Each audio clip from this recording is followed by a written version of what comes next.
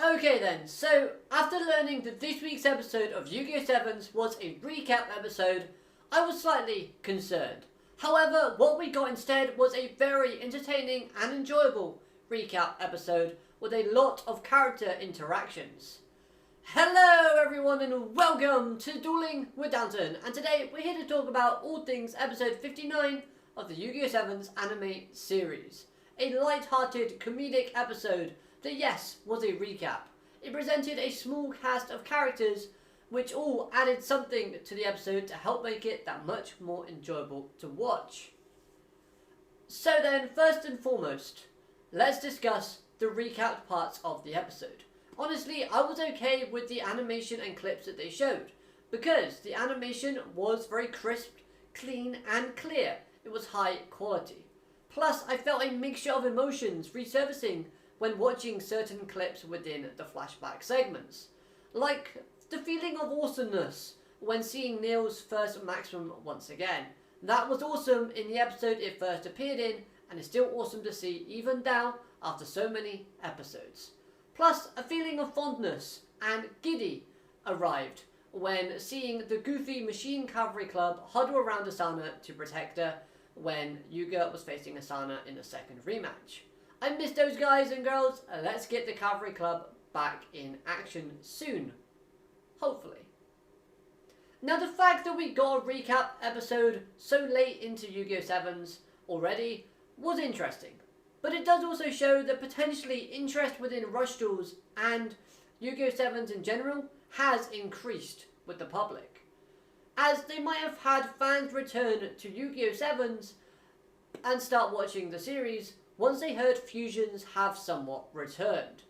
So a mini recap episode here was just a way of catching up new fans a little bit quicker, instead of having them go back and watch all of the episodes before catching up to our current day episode. However, if you are a new fan of 7's and you've only just started watching and you have not watched the previous episodes, I would highly recommend for you to go do so. You'll thank me later. There's some awesome episodes in there. Now then, as for the episode itself, it had all three of my favourite female characters within Yu-Gi-Oh! 7's. We had Mimi Itachi, Roman and Ronze. All three of those characters gave us something to smile about. Whether it was Roman getting mad at her food being stolen, thus returning to her berserker state, or Mimi telling Arasa off about his washing/cleaning skills. The look of horror on Mimi's face when she realised her employee privileges were taken away was god tier. Mwah, chef's kisses, that animation was superb. But the episode did drop a few interesting lines/information, like the waiter drone knowing that Mimi Itachi was the ex-president of Goha. How did he find that out? Why did he know that information? I thought that was classified. Or is that now public information now that the Goha siblings are back? So would a member of the public know that Mimi was the ex-president of Goha? Or would it just be the drones in Goha that know this and the Goha employees? I wonder. But nevertheless though, it's good to see that Mimi is still employed by Goha, so she's still learning and earning a salary even, I should say.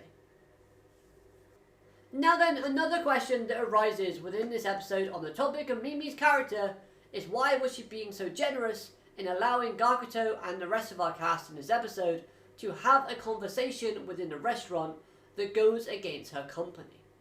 Of course, Gakuto and the rest mess up so that they can have a discussion at how to beat fusions moving forward. Because fusions is a problem for Rush Duels. They want to save Rush Duels, that's the main goal here. So that goes against Goha as a company. Mimi knows this before offering our cast the all-you-can-eat offer and, of course, a place to have the conversation.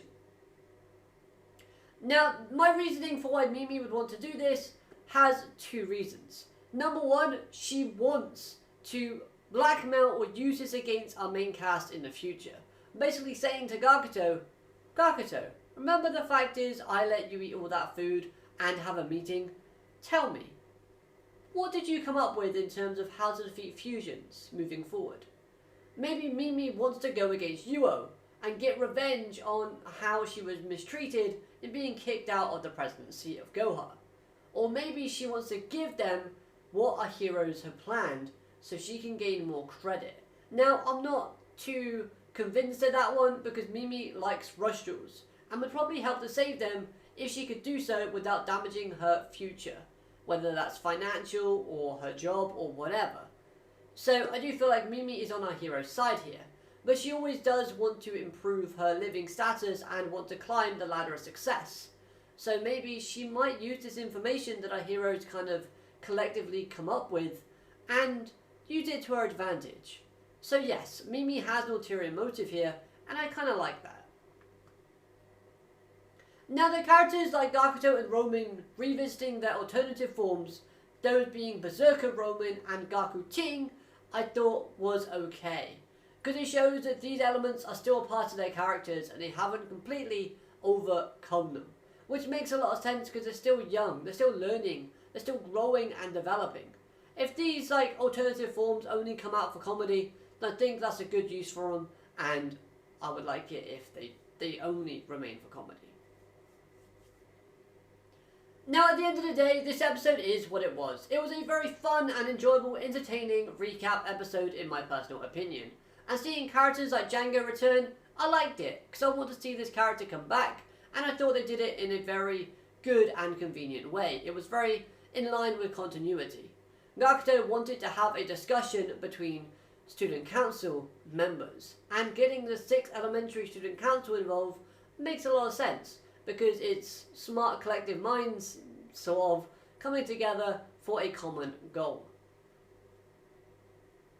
And I think the funniest thing with Django's character was the conversation about restraint.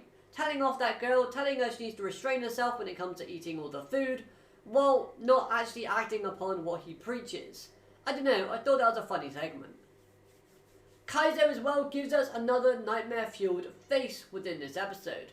And seeing that boy, who Django brought along with him with the student council, have a little bit of a crush on Roman, that was kinda sweet. But kid, you got no chance unless you become a world-class chef and can win Roman over with your cooking. Anyway, so I am a simple man. Give me Mimi Itachi's character on screen for a long time and I'm happy. I've got a smile on my face. So seeing that the next episode preview is basically heavily focused upon her character, of course, she's one of my favourite female characters in Sevens.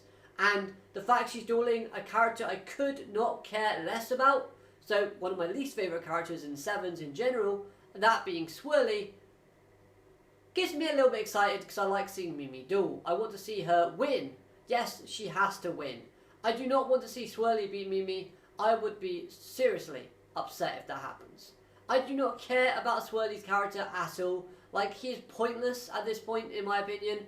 And honestly, I want Mimi to beat Swirly. Like, come on Mimi, you got this. I'll start a fan club if there isn't one already. If you win. Go for it. You got this. Anyway, so that's all I've got to say for this review. I do hope you've enjoyed it. Sorry if it's a bit clunky, but it's a recap. I haven't really got a lot to talk about here.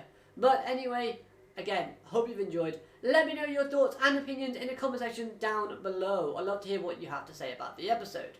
But on the topic of recaps, stay tuned to the channel because I'll be ranking every character from Yu-Gi-Oh! Reigns soon. That's right, one of my next videos is going to be that exact video. So stick around to the channel, look out for that one, and I'll see you then. Have a great day, alligator, madane, goodbye.